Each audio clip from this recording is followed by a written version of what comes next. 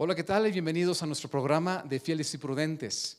El día de hoy tenemos un tema que he titulado El Camino de Atenas.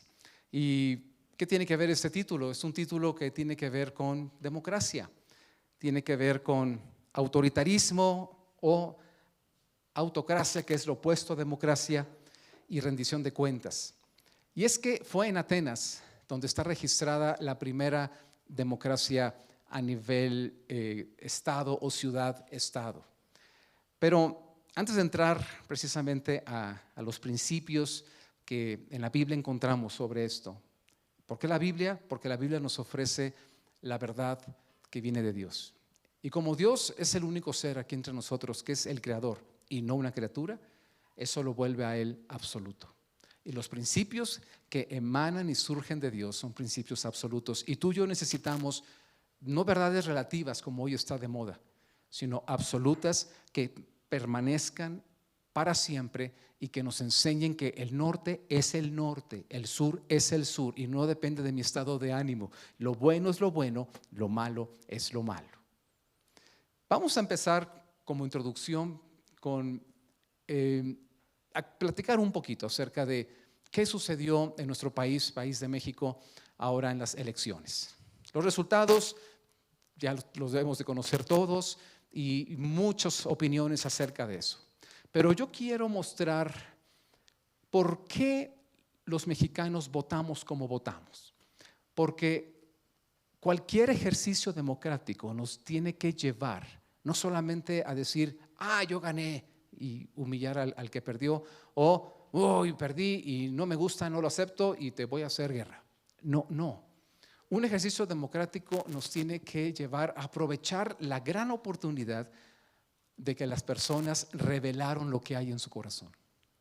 Mira, muchas veces las encuestas que se hacen antes no son muy confiables porque muchas personas o no saben todavía lo que quieren o no se atreven a decir lo que desean.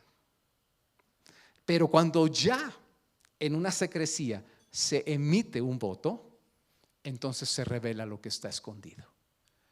Y si nosotros somos ciudadanos y participamos de una comunidad, nos tiene que importar lo que nuestro vecino siente. Y también importa lo que yo sienta y lo que cada uno de ustedes sientan.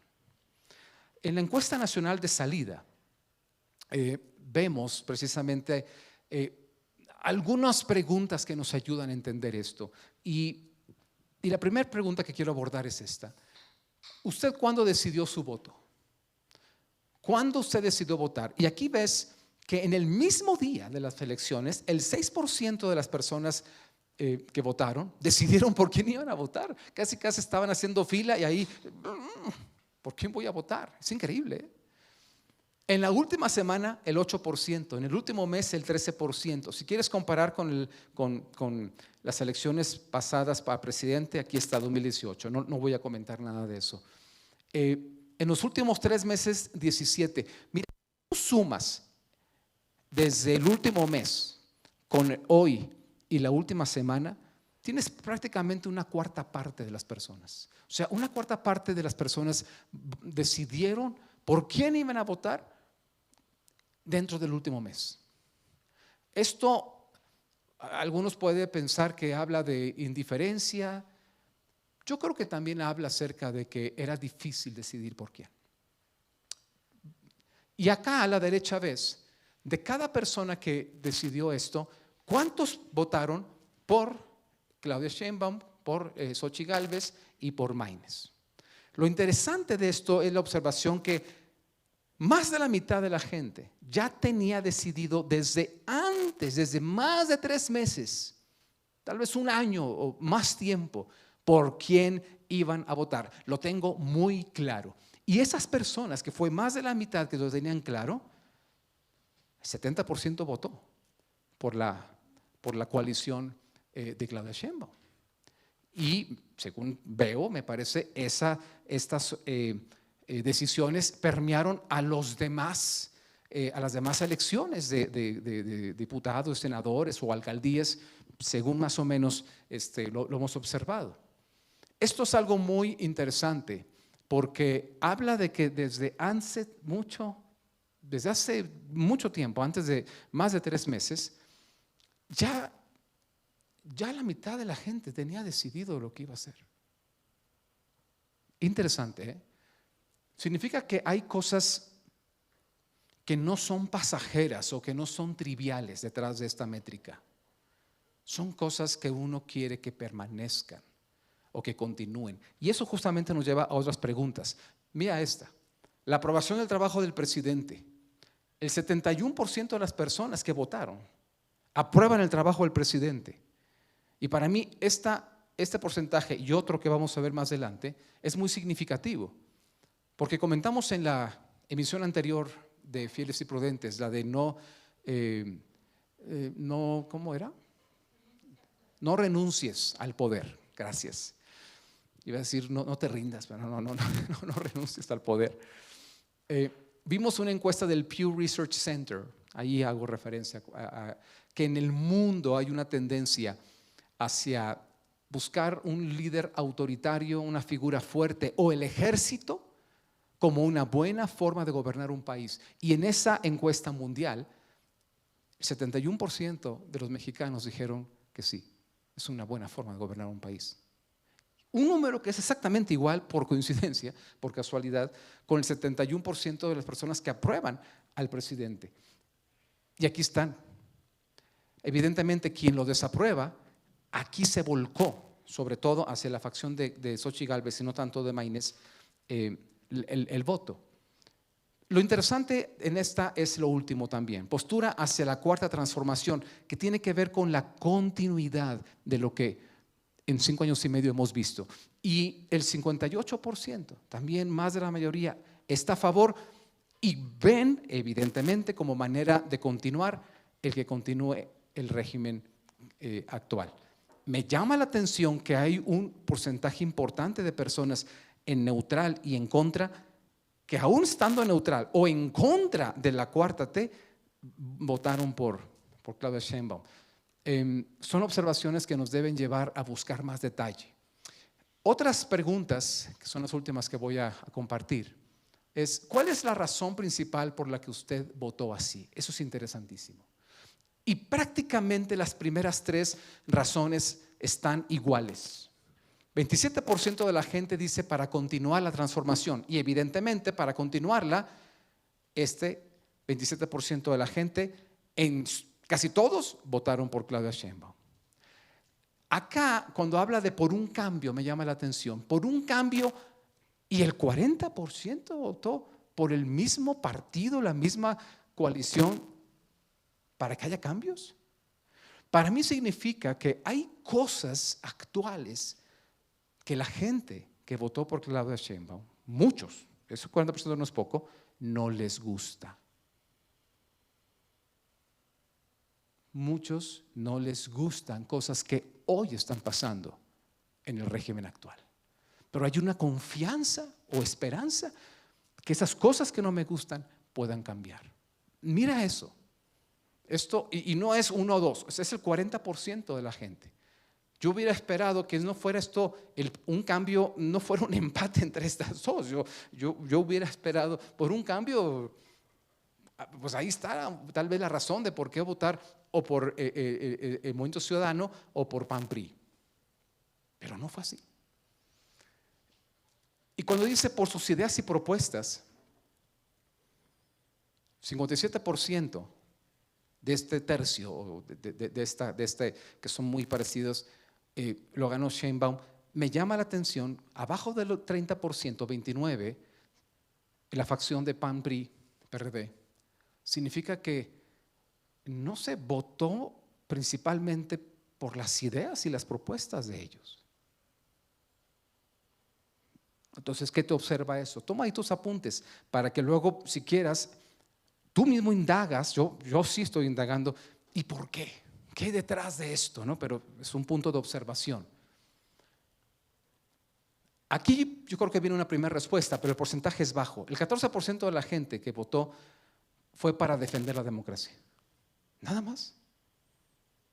Significa que esta razón de defender la democracia, es baja, pero bueno, 14%, fue la razón principal por la que la gente votó por PAN, PRI, PRD, lo cual me hace sentir que si no votaron tanto por sus ideas y propuestas, pero sí por defender la democracia, debe haber un importante grupo de personas que votó por PAN, PRI, PRD a pesar de ellos. Pero por defender la democracia se volcó aquí el voto y no hacia ciudadano, mucho ciudadano. En estas elecciones, para usted, ¿cuál es el asunto más importante? Creo que ahí vale la pena. En primer lugar, 31% de la gente que votó, lo más importante fue combatir la inseguridad. Y aquí están. Para eso, la mitad votó por Sheinbaum. O para seguir combatiendo la inseguridad, o para ahora sí mejor combatir la inseguridad. Cuando combinas esta respuesta con el tema de por sus ideas y propuestas, tiene cabida la posibilidad. Si alguien diría, no, pues posiblemente hay cosas que no gustan de la actualidad del régimen. Aquí están ideas y propuestas. Más de la mitad dijo, Sheinbaum, me gustan sus ideas. Posiblemente esté en el cómo, pero no en el qué. En el qué, yo sí estoy de acuerdo en continuar con la transformación actual. Mira, entonces, sí estoy de acuerdo en el qué, lo que el presidente Obrador y todos los demás están impulsando, pero posiblemente en el cómo no estoy convencido. ¿Te das cuenta? Cuando las ideas y propuestas son tan altas en el mismo partido, en el voto por el mismo partido, y cosas como estas, y la inseguridad, o sea, el cobro de piso ya está empezando a ser la vida normal de los mexicanos. No en las grandes empresas que se roban un camión ahí de refrescos y tal vez no le hacen mucho ruido, ¿verdad?, a la transnacional, pero en una mercería, en templos católicos, evangélicos. Si quieren reunirse aquí, tienen que pagar. No tengo que dar más ejemplos.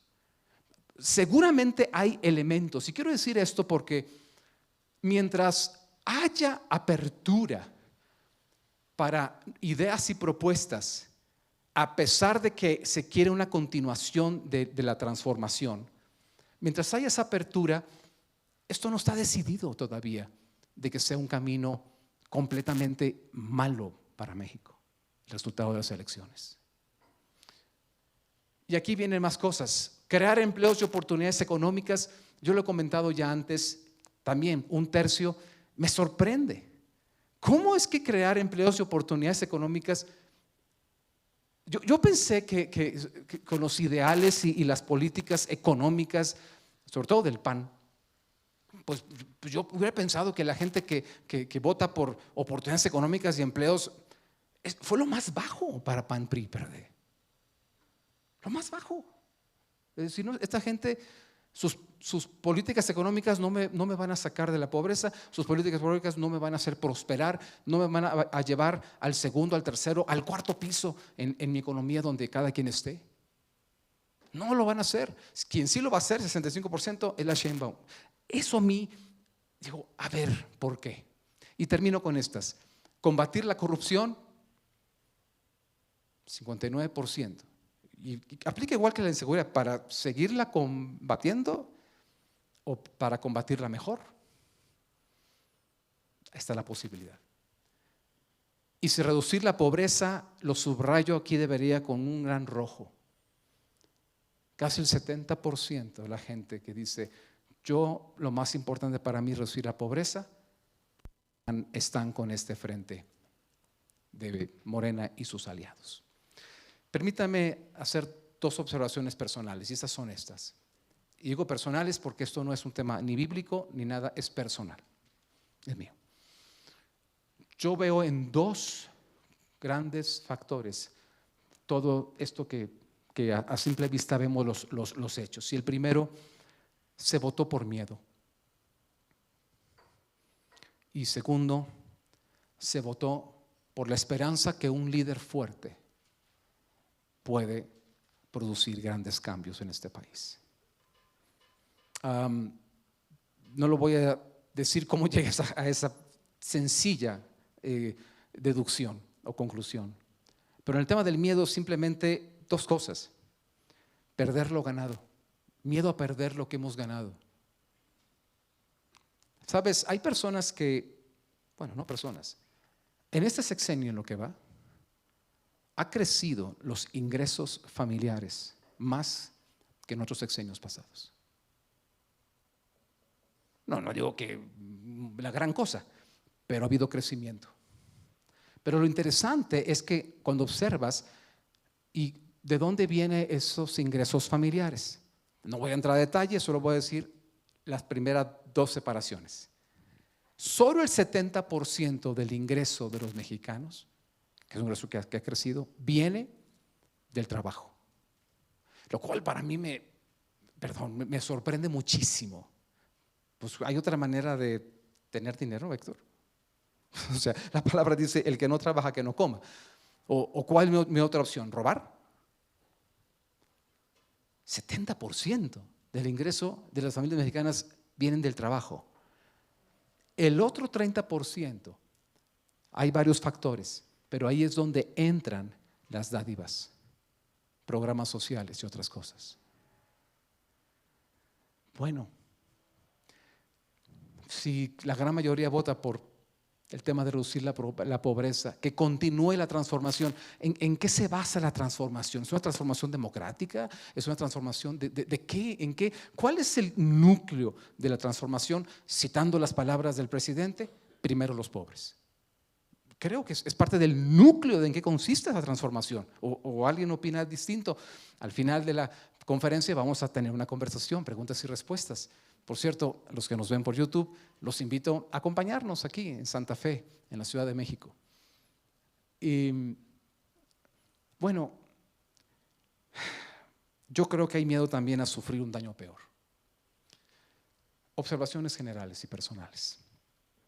Yo quisiera, cuando vemos estas observaciones, ver qué dice la historia y qué dice la Biblia, de por qué se dan estos fenómenos y qué debemos de entender y hacer ante estos fenómenos.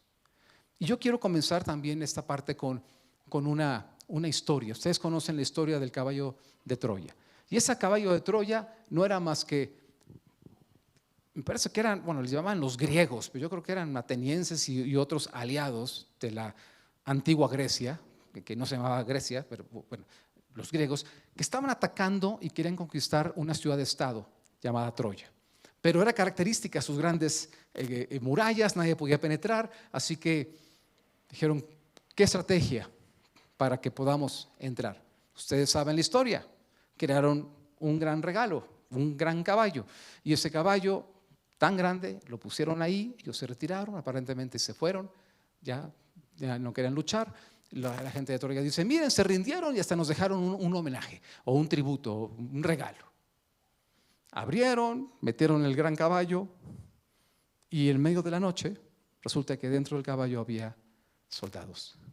Salen, abren las puertas y Troya quedó conquistada.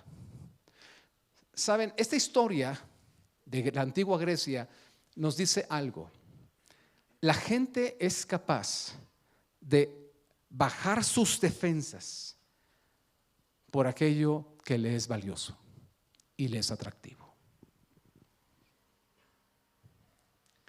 sin reparar el riesgo de sus acciones.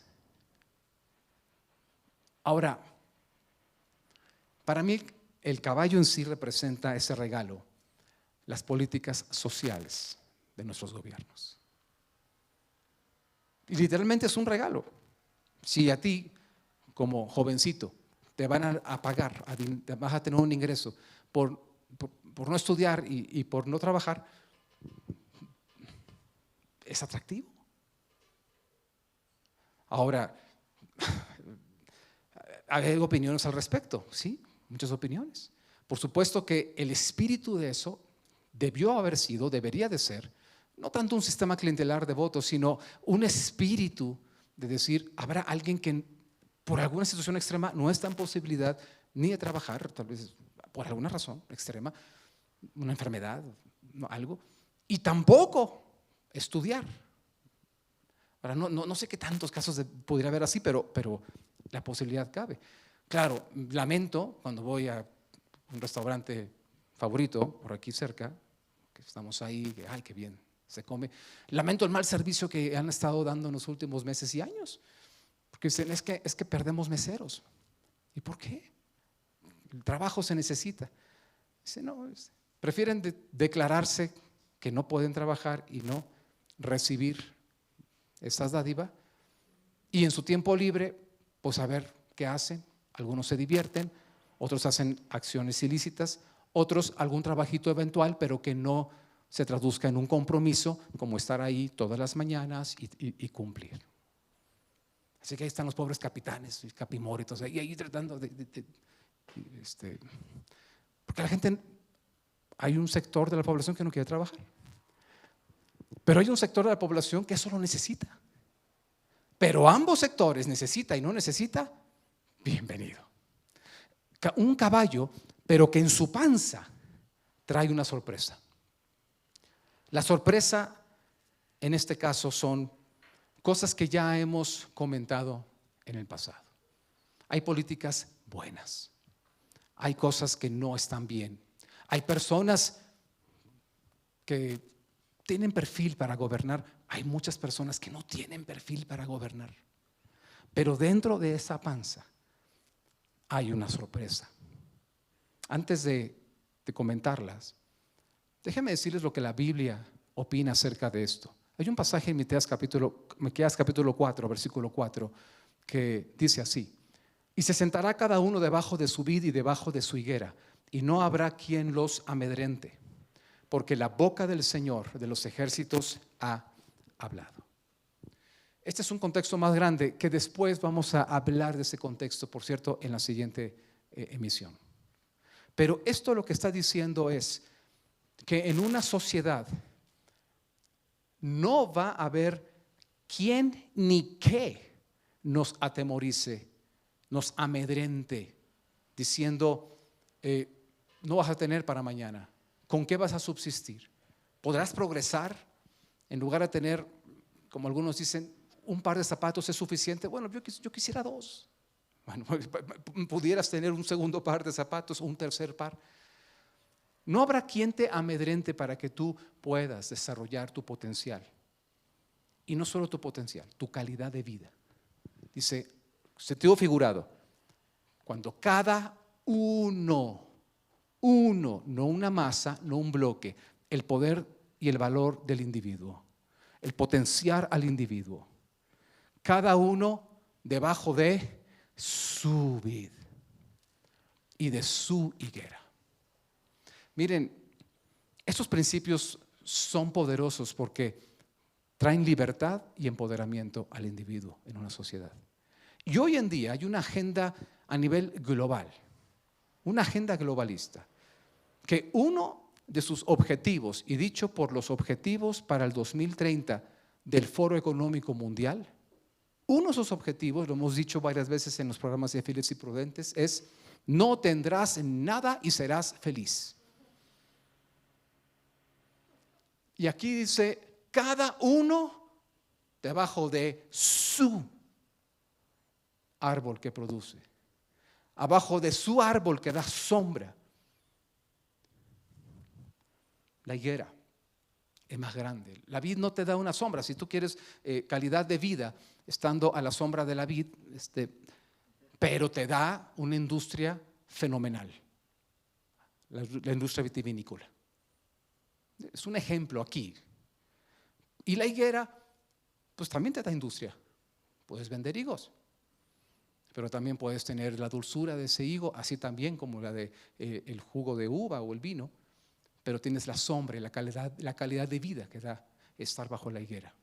Dios le dio a Jonás por eso una higuera, de una manera sobrenatural. Cuando haya este empoderamiento y libertad en el individuo, nada te va a amedrentar.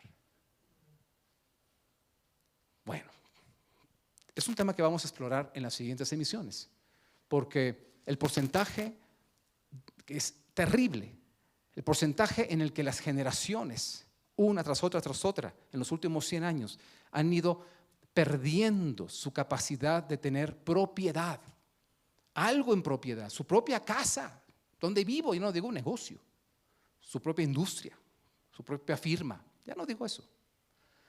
Está cayendo en la misma proporción del énfasis del Foro Económico Mundial prometiendo: no tendrás nada, pero serás feliz. Tenemos que hablar de esto, y estos son los temas que están detrás de este caballo de Troya. Sabes, este tema social es importante, lo vamos a mencionar nuevamente en la siguiente emisión. Hay algo escondido en la panza del caballo de Troya, y esta es el camino a la autocracia. Porque en nuestro país hay programas muy buenos que ha estado haciendo el gobierno actual y que se prometen continuar. Hay programas malos, muy malos, que se han estado haciendo, y posiblemente una parte de la población cree que con esta nueva puede haber un cambio ahí en el cómo. No lo sé. Pero hay algo muy destructivo y tiene que ver con el paquete de reformas constitucionales. Lo hemos agotado o lo hemos abordado en la emisión pasada. Si no la viste, te la recomendamos. No renuncies al poder. Si alguien no está familiarizado con este paquete, déjame decirte que consistía en 3 grandes cosas. Ahora, la semana pasada, se agregó un 4º elemento. Digo elementos porque ya eran 20, ya son como 20 y tantas. Pero elementos. Si alguien no está familiarizado, familiarícese, porque eso es lo siguiente en nuestra agenda social y espiritual. Estas son las reformas o los elementos de reformas constitucionales: la elección de magistrados, ministros y jueces por voto popular, la eliminación de diputaciones y senadurías plurinominales, la reforma para modificar o hacer desaparecer ciertos organismos autónomos, aquí lo están enlistados, y se agregó 4 programas sociales prometidos en la campaña de la Sheinbaum. Son muchas reformas, 20 y tantas o casi 30, pero las agrupé en estos 4 elementos. De estos 4 elementos, lo que está en naranja, el A y el D, fue declarado por la presidenta electa como la prioridad de lo que va a suceder pronto, o sea, tan pronto empiecen funciones. Lo otro, dijo, no tiene prioridad, pero tampoco dijo que no van a ir algún día por ellas. Si alguien aquí tiene alguna corrección que hacerme, por favor hágalo con confianza. Estas son las 2 que son prioritarias. Mire, me parecen muy bien esos programas sociales, ahí están, si alguien no los conoce, los resumí. Me parece fabuloso. No me parece fabuloso que estén a grados de reforma constitucional. Los programas y las leyes orgánicas son importantes que no sean parte del fundamento constitucional. Pero eso es otra discusión para otra ocasión. Nuestro Dios, cuando nos dio su palabra, no elevó al grado de principios que tienes que observar temas orgánicos, y lo podemos demostrar. Los 10 mandamientos que rigen la espiritualidad del pueblo de Dios, que era el pueblo de Israel en la antigüedad, son 10. No, bueno, si tienes 65 años, si tienes esto, luego en Éxodo, en Levítico y en Deuteronomio vienen todas las leyes orgánicas. Pero el espíritu de la ley está en 10 principios de libertad. Bueno, ok, vamos a dejarlo ahí por el momento. Si alguien quiere tener más información de en qué consiste cada uno de estos órganos autónomos y por qué son importantes, hay muchas lecturas. Una sencilla y fácil que a mí me ha gustado en internet es la de Mexicanos contra la Corrupción. Aquí está una liga, sé que la letra es chiquita, pero luego se las podemos pasar si aquí alguien la pregunta. Te dice con palabras que hasta yo entiendo en qué consiste cada una de estas cosas y por qué es importante. La autonomía. El punto aquí es una democracia, no una autocracia, en que una persona no rinde cuentas a nadie y se empodera y hace lo que quiere. Una democracia tiene que tener contrapesos. Y estos organismos autónomos dan esos contrapesos de diferentes maneras. Algunos proveyendo información, otros cuidando nuestra confidencialidad y nuestra libertad, otros rigiendo políticas monetarias y económicas de una manera autónoma y no de acuerdo a la manipulación del que está en el poder. A mí en lo personal, la desaparición que se quiere del INAI es algo escandaloso. Y el tocar la Fiscalía General de la República,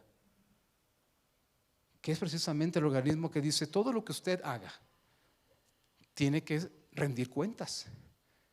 Y yo lo voy a saber para que públicamente la gente sepa qué hace usted con su dinero que recibe de la nación. Pero si se cambia ahí y decir, no, yo aquí en lo oscurito. Hay muchas cosas que podemos hablar. Esto para mí, esto es la sorpresa en la panza del caballo de Troya. El caballo está, vamos a decirlo en general, bien. Los programas sociales, todo lo que lo hace atractivo, está bien. Y bíblicamente estamos en falta con respecto a lo que como individuos, familias y nación debiéramos hacer por la sociedad y sobre todo por los pobres. Hablaremos de esto también. Ahorita este análisis nos dice por qué es importante que la elección de magistrados, ministros y jueces no sean por voto popular. Mira, esto nos lleva a la segunda y última historia de hoy. Atenas fue la primera ciudad, estado, en donde hubo democracia en el mundo. Por cierto, la democracia es algo que es muy desafiante tener. Solamente menos de 450 años en la historia de la civilización humana ha habido democracia en este mundo. Menos de 450 años. Cerca de 200 que tuvo Atenas y los últimos 250 años, y yo voy a tomar, porque eso de que la Pax Romana, democracia, por favor, aunque y no sé qué, eso de que Napoleón y después de la Revolución Francesa, por favor, voy a tomarla desde la creación de los Estados Unidos de Norteamérica, una panacea. Son 200, ¿qué? De 1776 es la fecha, cerca de los 240 años, algo así, 30 años. Suma estos dos periodos de tiempo y claro, muchas más naciones han ido hacia el camino democrático. Son el 7% del tiempo de la humanidad, de la civilización. En los últimos 6,000 años, solo el 7% del tiempo ha habido democracia en este mundo. Por eso para mí es lamentable, porque dices, cuando ya hemos logrado algo, cuando ya tenemos un marco de libertad, que es el empoderamiento del individuo y el respeto a su persona, que es difícil. Solo el 7% del tiempo de la civilización lo ha tenido. Ahora vamos en retroceso, como lo vimos la vez pasada. El sometimiento, 1 Samuel, ¿qué era? Capítulo 8. El sometimiento del poder judicial al poder ejecutivo es una de las grandes acciones que la autocracia busca hacer, porque el poder judicial es el que dice, estas acciones, cualquier persona gobernada y cualquier persona que gobierne, estas acciones que haga, ¿son de acuerdo a la ley o no son de acuerdo a la ley? Y si no son de acuerdo a la ley, se le debe castigar en consecuencia a esa infracción. Pero cuando se somete el poder judicial a el poder que ejecuta y gobierna, no se garantiza que haya justos juicios. Ahora, ha habido una pregunta donde dice, ¿pero qué tiene de malo el que se elijan estos jueces por voto popular? Lo que tiene de malo es que cuando tú entras a un tema de elecciones, politizas el asunto. ¿Qué significa ahora?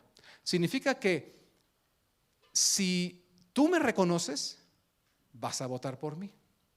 O si te conviene que yo gane, vas a votar por mí. o si te hacen creer que yo soy el mejor, vas a votar por mí. 3 rutas que no son saludables. Recientemente el presidente dijo, es que cada quien que decida, que escoja y que vea, y es libre. Cuando sabemos que muchas mañanas con la investidura presidencial y el 71% de aprobación de la gente a la figura actual presidencial, se descalifica a cualquier persona. En ese momento yo sé por qué no van a votar. El 71% que reconoce la imagen. Se politiza. Y todo lo que se politiza es mayormente sujeto a la manipulación. Bueno, podemos hablar con muchos detalles al final, si hay preguntas. Esto pasó en Atenas. ¿Saben qué pasó en Atenas? Hay un gran pensador, Platón, que desaprobaba completamente la democracia de Atenas. Entonces, oye, un filósofo de esa talla como Platón, y no solo Platón, también Eurípides y Aristófanes. Platón decía, es que la democracia es completamente imperfecta. Pues sí, de eso yo no discuto nada, ¿verdad? Dice, pero también es siniestra. Dice, porque eso de que todos puedan elegir quienes les gobierne y decidir sobre cualquier asunto, dice, no sé si lo sabían, el 99% de la población de Atenas era analfabeta. Ellos comenzaron un proceso de alfabetización, todos estos filósofos griegos, pero por más esfuerzos que hacían, no lograron abatir la falta de alfabetización de la ciudad y del acceso al conocimiento. En los ideales de ellos es, algún día la gente tendrá el conocimiento necesario para saber por quién deben de votar. Así que él decía, esto no es correcto. Dice, lo que debería de haber es mejor un grupo de personas que sean expertas y que ellos voten. Y que ese grupo de expertos pues reemplace a la bola de ignorantes, que es toda la gente que estamos en la nación, y así deberíamos de tener gobernantes. No está tan mal lo que pensaba Platón, un gran pensador, sobre todo cuando vemos ejemplos, ¿verdad? De que tú crees que el perfil y la trayectoria, no sé, de un futbolista o de una cabaretera o algo, sea la mejor figura para ser gobernador o para ser... No, entonces ¿por qué ganan? ¿Y por qué cuando hay tantos, incluso demandas y casos abiertos por corrupción, vuelven a elegir a las personas de su partido? Platón tenía un punto, no podemos decir que un pensador así está tonto y no está viendo bien. Ahora, hay una situación aquí. Si quieres hacer que funcione la democracia, se requiere educación y se requieren otras cosas. En otra emisión vamos a hablar acerca de la importancia de las reformas que trajo la reforma protestante en el siglo XV. Porque precisamente al reformarse lo que se requiere para que la democracia funcione, se acabó el oscurantismo. Históricamente está así, comenzó la era de la ilustración o de la luz. Y las naciones que adoptaron los principios de la palabra de Dios impulsados por la reforma protestante prosperaron, como Estados Unidos, que tiempo después, eran colonias inglesas, adoptan en su constitución los principios de la reforma protestante sobre el trabajo, sobre la libertad de expresión, sobre el poder constitucional conferido a cada quien, sobre diferentes aspectos. Prosperan al grado que los habitantes de aquellos que abrazan ideas opuestas a esa, lo dicen, lo votan, pero quisieran vivir en Estados Unidos. Y es a donde se va el dinero cuando se anuncian cosas como esta. Ahora, lo que no estaba viendo Platón es que sí, la democracia se puede hacer funcionar, pero requiere una reforma. Y la reforma necesita un poder por encima del poder fáctico de este mundo. Y ese poder solo viene de Dios. Hay un problema con la democracia de Atenas. no era una democracia representativa. Y ahí está el truco. Dicho en pocas palabras. ¿Qué significa democracia representativa? ¿Qué significa la democracia total o general? Que cualquier asunto, todos lo tenemos que decidir. Y la democracia representativa, vamos a elegir personas que nos representen en donde esté el expertise, donde esté la experiencia, en donde esté. Y ellos decidan con contrapesos, también en democracia, no es uno. Por eso, perdón que regrese aquí, pero la eliminación de diputaciones y senadores plurinominales significa que no solamente la gente que ganó las elecciones va a estar, por ejemplo, en el Senado o en la Cámara de Diputados, sino también va a haber una pequeña oportunidad que estén el mejor segundo lugar de cada una de las, no con la misma representación, pero un poquito, para que haya voz y haya contrapesos.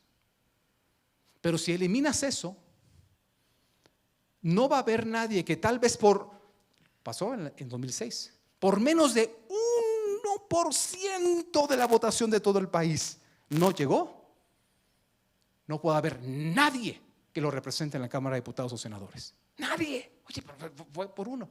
Gracias a que fue solo por menos de un 1%, que el partido que estaba representado, que fue el PRD, quedó en segundo lugar. Precisamente Obrador fue el candidato, tuvo una importante representación en Cámara de Senadores y Diputados. Después esa gente se volvió el partido actual, la mayoría de esa gente. Pero si no, es todo o nada, ¿eh? La democracia no se vuelve plural, se vuelve un todo o nada. ¿Ganaste o perdiste? Estados Unidos por eso se rige así, con otro sistema, pero que sigue el mismo principio a través de un colegio electoral, pero lo sigue.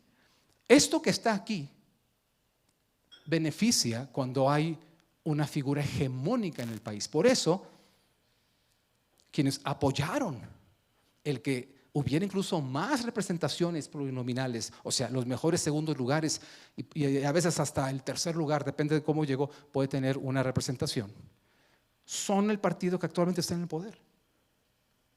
Porque antes el PRI dominaba, pero ahora se quiere eliminar. ¿Sabes? Estas cosas son lo que está en la panza del caballo de Troya. Y lo que sucedió en Atenas es que ahí todo se elegía, todo mundo. O sea, echamos para atrás una inversión importante millonaria de un aeropuerto y ¿qué hacemos otro? Pues que todo mundo opine. ¿Vale igual la persona que usa un avión cada semana que la persona que está en Chiapas que no sabe qué es un avión? ¿Vale más la persona que conoce los desafíos de aeronáutica que hay en tener dos elevadores así, que la persona que no sabe ni cómo es posible el milagro que algo vuele? A eso se refería Platón, pero ¿cómo pones decisiones así en gente ignorante? Yo soy uno de ellos. Yo no conozco, o quién aquí sabe toda la ciencia y todas las experiencias y todo el conocimiento. ¿Quién lo tiene? Pero todos en conjunto con nuestros pedacitos lo podemos hacer. La democracia representativa lo que dice es no. Hay muchas decisiones que no podemos tomar todos. Que lo tome la gente que sabe, que nos representa. Y esa gente tampoco es autónoma.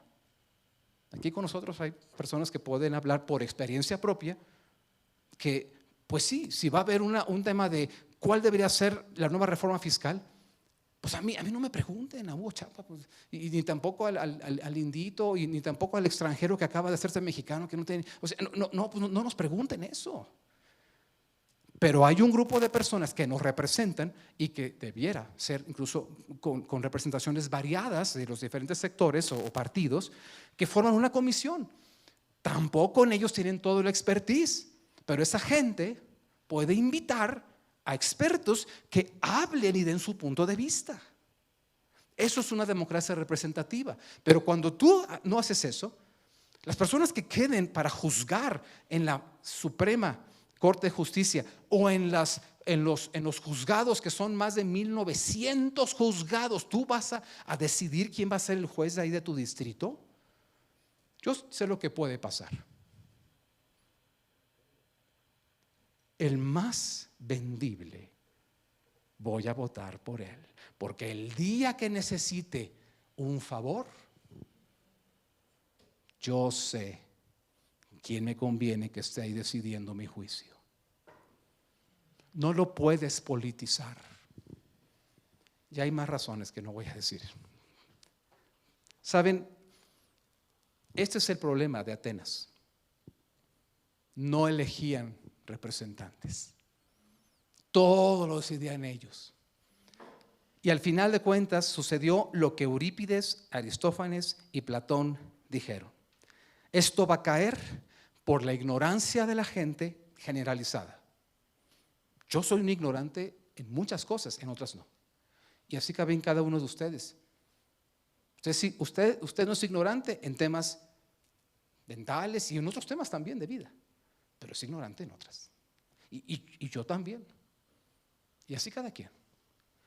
Por la ignorancia, por las pasiones populares y por la demagogia.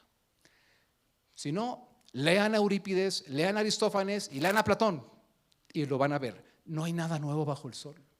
Luego, también ellos decían, y lo que los gobernantes vemos que están esperando, dicho por ellos, no gobernar en beneficio de la comunidad y del bien común. Esperaban los gobernantes que les dieran cada vez más a ellos, que los halagaran más y que satisfacieran más sus anhelos. Todo eso sucedió. ¿Y qué pasó con la democracia de Atenas?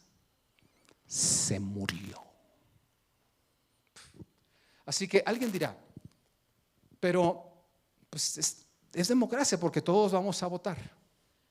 Eso solamente es el camino largo, pero no es tan largo. Es muy rápido para que alcancemos Atenas.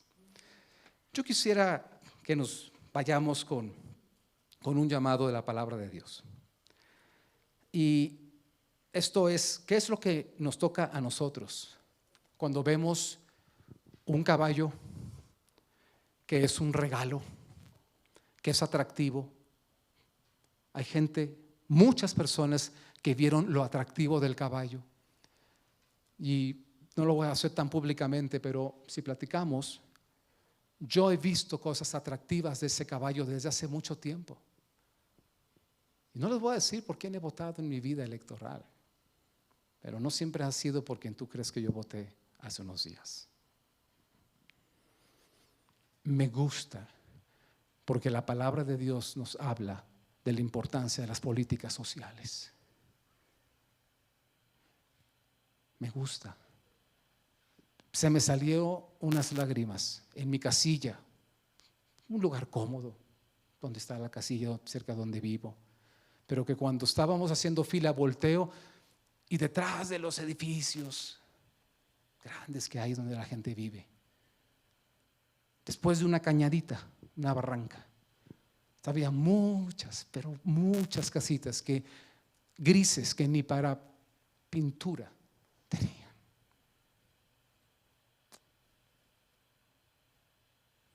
Cuando tú votas, tienes que tener la capacidad de ver el bien común. Y ese es el llamado que hay en la palabra de Dios.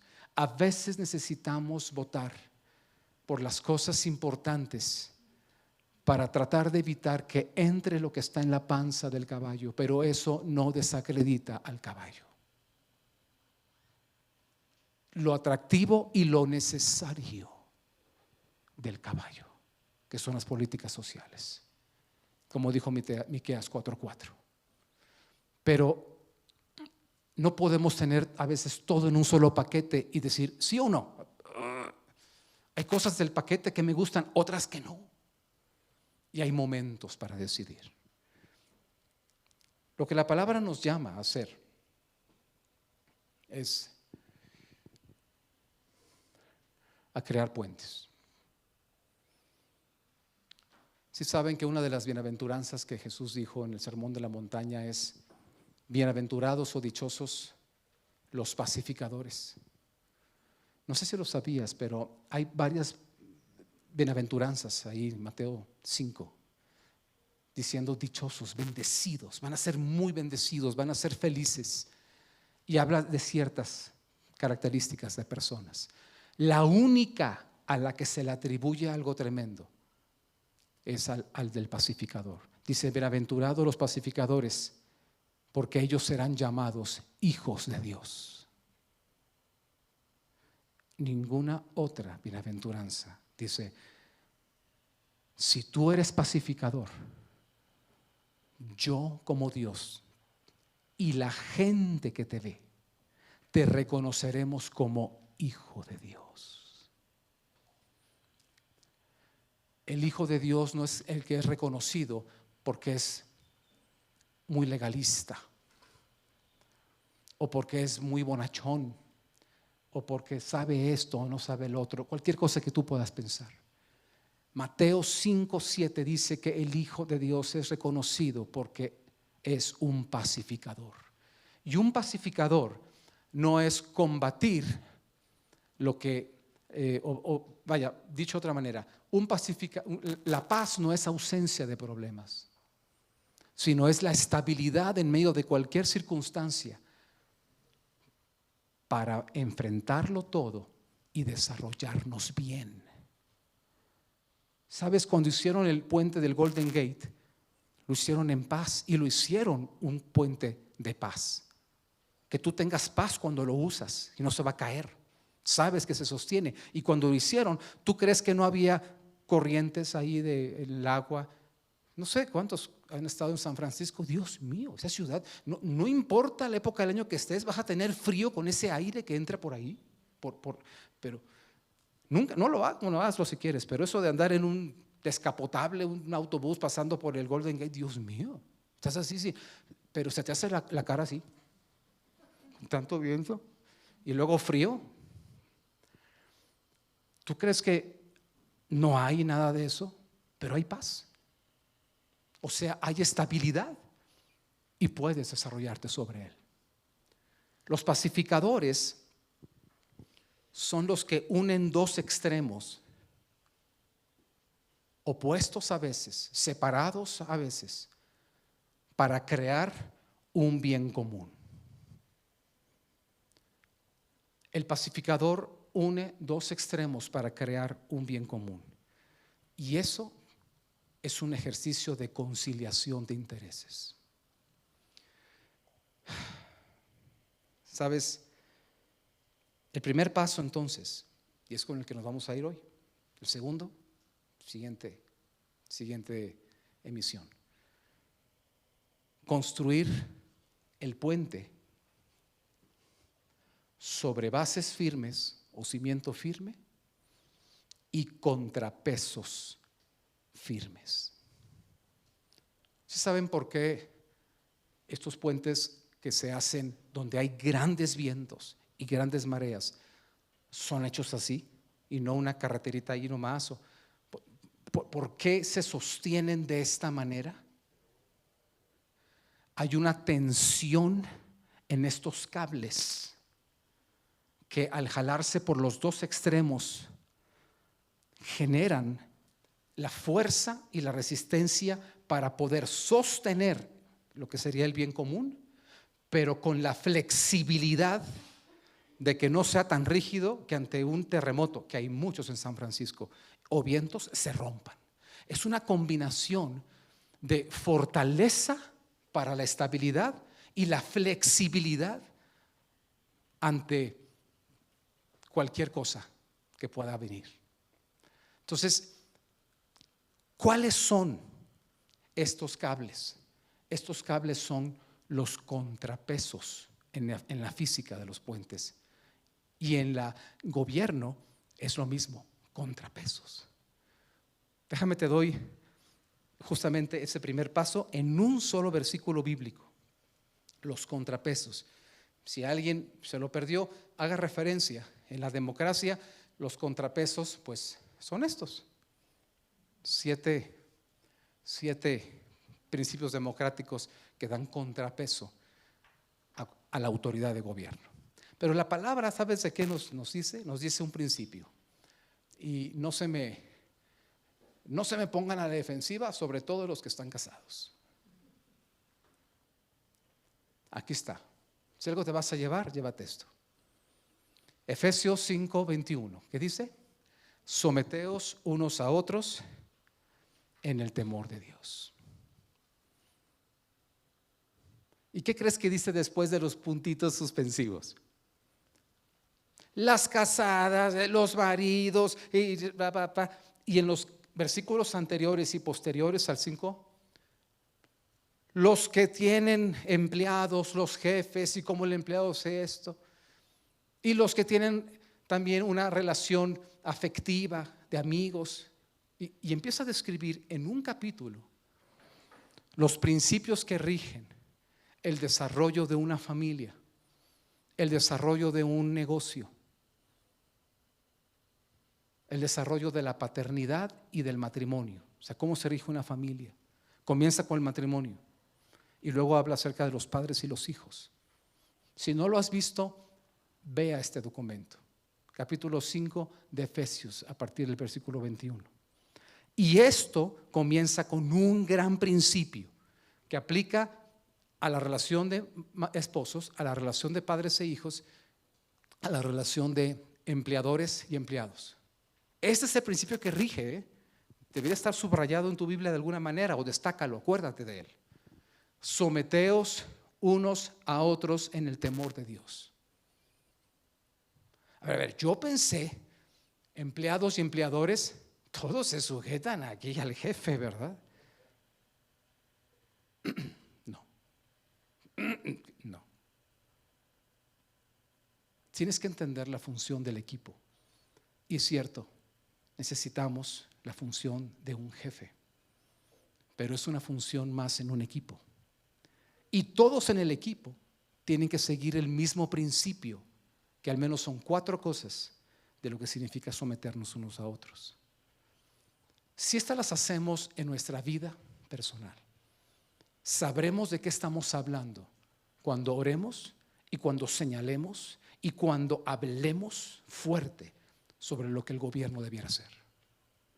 Pero tú tienes que vivirlas, si no, no vas a saber de qué estás hablando. Yo no sé de tanta economía, de tanta política, de tanta ciencia, no lo sé.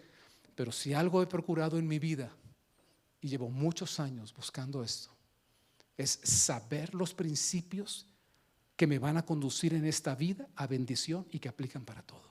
Por eso voy a la Biblia. Eso sí me preocupo. Ojalá algún día sea un experto en eso, pero sí me preocupo de saber más. Mira esto: someteos unos a otros. Te lo voy a decir así sencillo para que sea lo que nos llevemos. Muy sencillo. Unos a otros tiene que ver con una relación, una verdadera relación. Y la gran evidencia cuando tú ves Efesios 5:21 es que lo primero que habla es de una relación de amor. Y las casadas y los maridos, principios. Esto es una relación, esto no es otra cosa. El sometimiento mutuo es el principio rector de las instituciones que están diseñadas para tener los contrapesos y el cimiento firme para crear un bien común, puente, y resistirlo todo y dar estabilidad. Por eso, si tú quieres formar una familia, yo te digo, no deseches la opción de casarte y de llegar bien al matrimonio, no dando lástimas. Llega y trae lo mejor de ti, ¿verdad? No lo peor de ti. No lo deseches. Si quieres tener hijos, hazlo sobre la base y el fundamento correcto, que es el matrimonio para una familia. Si vas a tener un negocio o eres un empleado, yo soy empleado, otros son empleadores, otros tienen los 2 roles. Hazlo sobre el principio de los contrapesos. Los contrapesos para ser pacificadores. Un pacificador es uno que hace puentes, ¿ok? Muy bien. Primer principio es este, y es el único que estamos viendo hoy. Someteos unos a otros en el temor de Dios. ¿Qué significa? Someternos unos a otros es una persona que sabe que una relación que sabe que mejor son dos que uno, reconociendo la función de cada quien. Someterme uno a otro no significa quién domina a otro. Ese problema, nosotros pensamos como el sistema caído de este mundo, en donde el más fuerte busca imponerse a costa de la libertad de otro. Pero los principios de Dios, que son principios de libertad, Dios nos ha empoderado no para renunciar a nuestro poder, sino para voluntariamente caminar con otros, voluntariamente. Y el principio, cuando quiero construir algo, como un puente que une puntos distantes, crea un bien común, es sobre contrapesos o descansando bajo los contrapesos de estos cables. Y el primer contrapeso es saber que mejor son dos. Está hablando del matrimonio o de una amistad, pero puede ser un consejo, un concilio, un equipo. Mejor son 4 que 1. Es increíble. Y alguien va a decir, no digas cosas tan básicas así. ¿Crees que gobernar una casa, una familia es fácil? No, ¿verdad? Aquí hay gente con experiencia que puede hablar mejor que yo. No. ¿Nunca te ha pasado, los que están casados, que de repente te llega el gusanito a la mente? O no sé si yo soy el único pecador aquí, pero que dices tú, ay, ay, ay, Señor, ¿por qué teníamos que ser 2? ¿Por qué no puedo tener yo mi familia yo solo? Y no tener que ponerme de acuerdo. Y a veces te atreves a sugerirle a Dios, y no pudieran ser 3, porque al menos así votamos y hay un desempate, pero 2, vamos a votar. No me sirve la votación cuando hay 2. Me fuerza a ponerme de acuerdo. O, de acuerdo a los principios caídos, que domine el más fuerte. No, pero ese no es el modelo de Dios. Si alguien quiere leer esto y dice ahí, las casadas estén sujetas a sus maridos como el Señor, y lo primero que viene a tu mente es el filtro de los principios caídos de este mundo, estás equivocado. Porque sujetarse, ven, mi esposa, aquí está mi esposa. Las casadas estén sujetas a su marido no significa usted me tiene que obedecer. No, usted decide, se está sujetando. Y así yo puedo ayudarla, así yo puedo ser propositivo y guiar. Pero como también me está sujetando, me puede corregir. Gracias. Te voy a decir una cosa. Un pequeño negocio o una firma es un desafío gobernarla. No se compara a una nación. ¿Y por qué creemos que en una nación no debemos tener el principio de someternos unos a otros? Bueno, la primera razón es, sabemos que mejor son 2 que 1, pero reconociendo la función de cada quien en el equipo. Una vez le dijeron a uno de los hijos de Carlos Slim, ¿cuál es su secreto para el éxito que tiene con las empresas que están bajo su jurisdicción? Y dijo, rodearme de talento humano. ¿Verdad? Mejor son 3 que 1, 4 que 1. Y si esos 4 son capaces y con disciplinas diferentes, esto va. ¿Por qué no sabemos eso en casa? ¿Por qué no sabemos eso en gobierno? Eclesiastés lo dice tal cual, mejores son 2 que 1 porque tienen mejor paga de su trabajo, porque si cayeren el uno levantará a su compañero, pero hay del solo que cuando cayere no habrá segundo que lo levante. Mira para qué sirven. También si 2 durmieran juntos se calentarán mutuamente, mas ¿cómo se calentará uno solo? Y si alguno prevaleciere contra uno, 2 le resistirán, y cordón de 3 dobleces no se rompe pronto. Muchas verdades detrás de este pasaje, ¿verdad?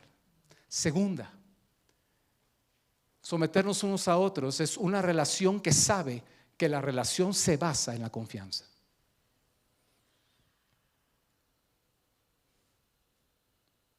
No hay manera que mi esposa decida darme su abrazo, o en este caso sujetarme, si no me tiene confianza, si cree que con este brazo se sostiene conmigo y yo con ella, pero con este ni cerquita se va a poner. Sí, la confianza importa. Yo sé que hoy en día con candidatos toda la mala reputación es lo que precede. ¿Por qué crees que los capitales se van cuando hay un gobierno que gana y que ha dicho: lo primero que voy a hacer es pavimentar un camino a la autocracia a través del sometimiento del poder judicial? Esa relación entre mercados y capitales que quieren invertir con nosotros, qué bendición es que inviertan conmigo y en mí. Hay desconfianza. Una relación la hace la confianza. Gálatas 5:20 comienza diciendo, hablando del odio, la discordia, los celos, los arrebatos de ira, las rivalidades, bueno, hablando de política, las disensiones, los sectarismos, y envidia. Hablando de esto dice: en cambio, el fruto del Espíritu es, y entre otros 9 dice, fidelidad. En una versión de la Biblia, la que a mí me gusta, está traducido como fe. No hay lealtad sin que antes haya el creernos, el creerte y el creer en mí. ¿Cómo puedes hacer lealtad profesional si no crees en la persona con la que vas a relacionarte?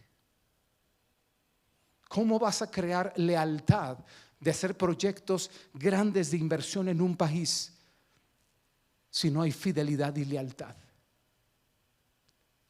La desconfianza, si no crees en ellos. Y cuando tú tienes la separación de poderes, aumenta la confianza. Yo te voy a decir algo. Agradezco tanto que esta mujer casada conmigo, yo creo que también agradece que yo esté casado con ella. Porque cuando nuestros hijos están sujetos a presiones fuertes y tenemos que decidir algo delicado, que implica disciplina, que implica esto, mejores son dos que uno para ver lados diferentes y ópticas distintas. Mejores son dos que uno, porque cuando uno está caliente y quieres machacar, el otro está frío y puede pensar. Mejores son dos que uno cuando hay situaciones así. Pero hay del solo, porque no tiene contrapeso. Y su injusticia, aún sin quererlo, si eres un padre amante, pero te equivocas, tu injusticia va a pasar directita contra ellos. No se vale. ¿Lo ves? Eso es en familia. Tenemos que saber de lo que vamos a hablar, sino con qué cara. Y tal vez tengas cara, porque a veces uno no da la cara. Pero las reformas requieren poder, y el poder comienza con experimentar el poder transformador en tu vida. Por eso es importante que practiques lo que dices. Mira, vámonos, tengo que terminar. Someternos unos a otros es una relación que sabe que en una relación se rinde cuentas unos a otros. Es increíble cómo cuando hemos visto este pasaje, Efesios 5:21, lo primero que creemos es en la dominación. No me sorprende, viniendo de países latinos, que el machismo sea lo que nos caracterice. Cuando habla de someternos unos a otros, los que tenemos vida en empresa, y empresas, agradezco a Dios, con grandes procesos que nos llevan a grandeza. Usted podrá hacer lo que sea, pero hay decisiones que uno se somete a la aprobación de finanzas.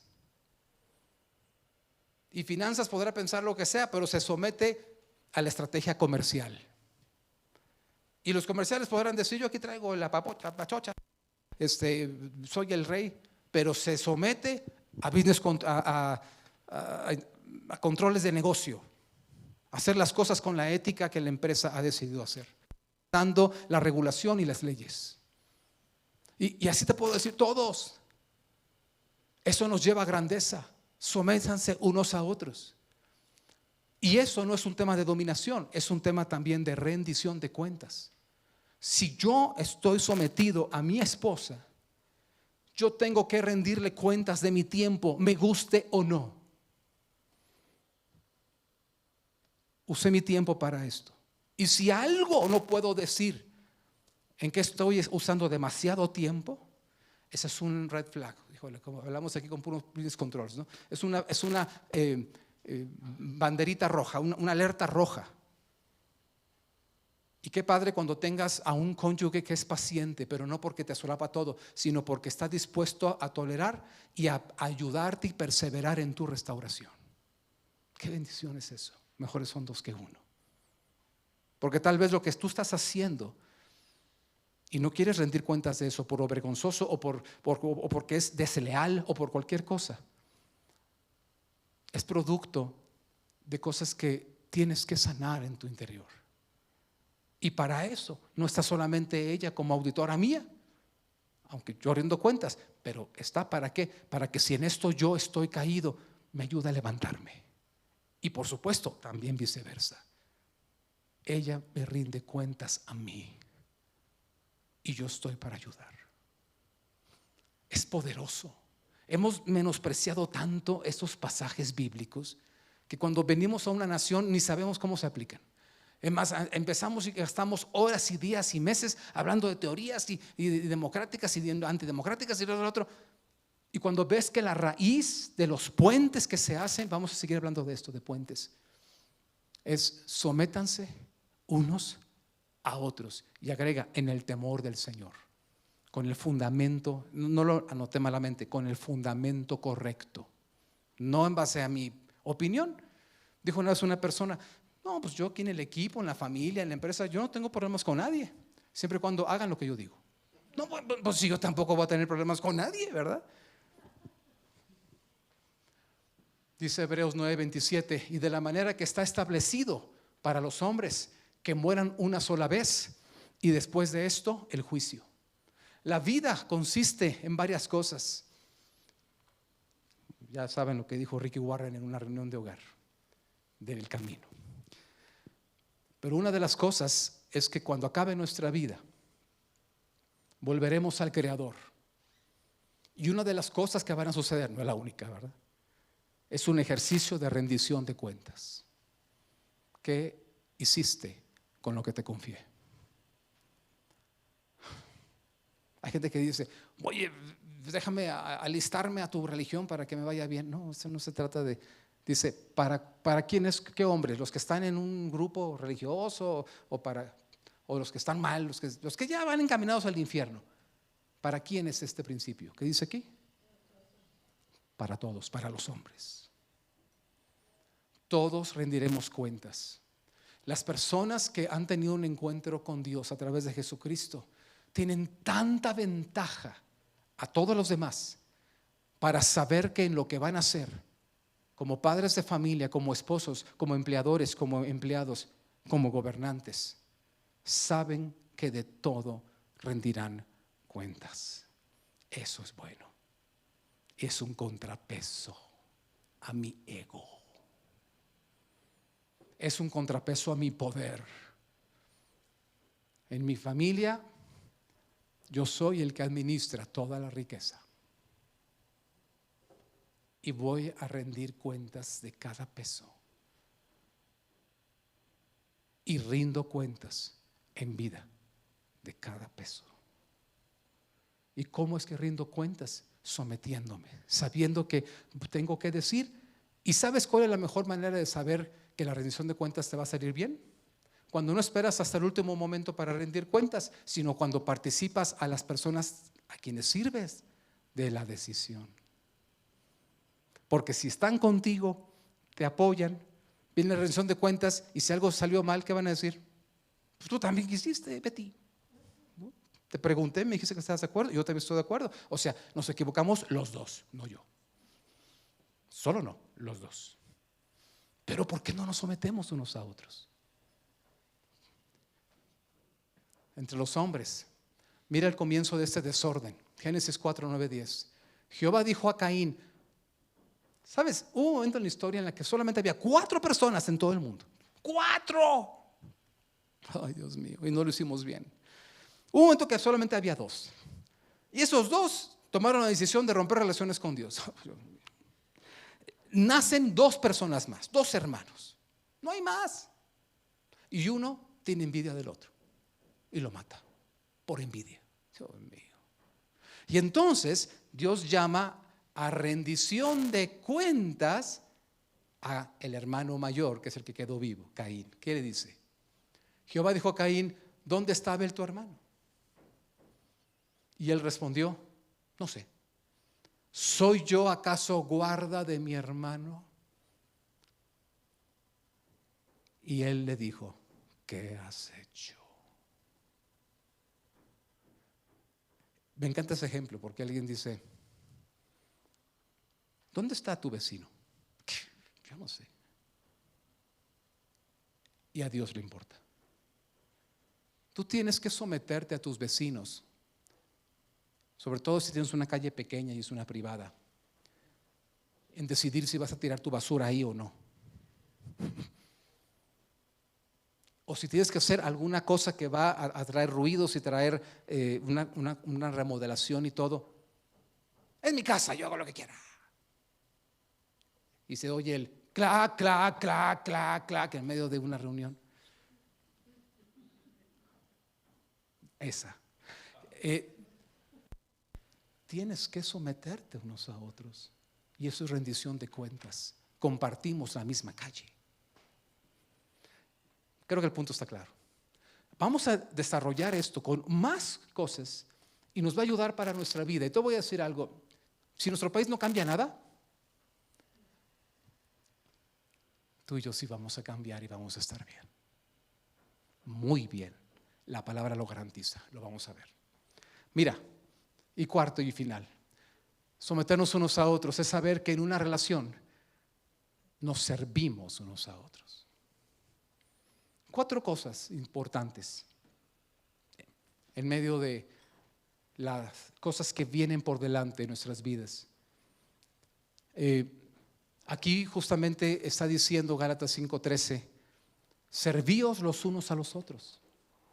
Jesucristo en Juan 13:4-5, Él siendo el Maestro y el Señor, se despojó, tomó una toalla y lavó los pies de los discípulos y dijo, si yo siendo el Maestro les estoy sirviendo, así también deben de hacer los unos con los otros. Ejemplo os he dado, dijo Jesucristo ahí. Jesucristo dijo, los gobernantes en este mundo caído se enseñorean de los demás teniendo 2 dedos de poder. Pero entre ustedes no será así, sino que quiera ser el mayor, será el servidor de los demás. Porque yo, se autollamaba el Hijo del Hombre, yo, el Hijo del Hombre, no vine para ser servido, sino para servir y para dar mi vida en rescate por muchos. Él siendo Dios. Y siendo Dios se sometió a nosotros. Termino con esta figura. ¿No te llama la atención que Dios escogió venir a este mundo a través de Jesucristo y no apareciendo de repente, volando de las nubes? Él así va a regresar, dice la Biblia, pero así no apareció la primera vez. Él nació en una familia. ¿No te llama la atención? Cada Navidad me saca lágrimas el recordar esto, que Él siendo Dios se sometió al cuidado de un hombre y una mujer imperfectas. Y Dios mismo confió a su unigénito Hijo, que estaba dentro de un cuerpo de bebé, y puso ese bebé en las manos de una mujer que pudo haber decidido abortar, o un padre que pudo haber decidido violentar.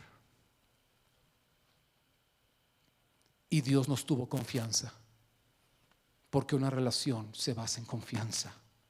Dios dio el primer paso en someterse a nosotros No porque somos jefes ni porque somos más, sino porque tenemos un lugar en el equipo y Él lo respeta. ¿Cómo no voy a hacerlo en casa? ¿Cómo no voy a hacerlo en la empresa? ¿Cómo no lo voy a hacer gobernando una alcaldía o todo un país? Eso es el camino que Dios nos llama. Pues bueno, hasta aquí, y yo con eso despido. Nos vamos a quedar aquí los que tengan tiempo, porque se nos hizo un poco largo esta sesión para conversar. Pero si tú quieres también estar con nosotros, te invitamos a que estés aquí con nosotros. Hay una próxima emisión, y es el sábado 29 de junio que vamos a estar aquí, vamos a grabar, y se publicará 1 o 2 días después. Así que si tú quieres estar aquí con nosotros en vivo y después conversar, tomarnos un café, tener la conferencia y conversar, ponte en contacto con nosotros. Edgar y Blanca Juárez son las personas, aquí no están sus nombres, pero confirma dónde va a ser, porque solo sabemos que será en la zona de Santa Fe, Ciudad de México, pero no siempre está claro qué lugar va a ser. Y también hay cupo limitado, así que pues no todas las personas pueden caber en este lugar. Así que esa es mi invitación. Próximo tema le he titulado La señal de la vaca roja, y pues vamos a ver qué es lo que Dios tiene en su palabra para nosotros. Dios les bendiga, que estén muy bien y nos vemos en la próxima.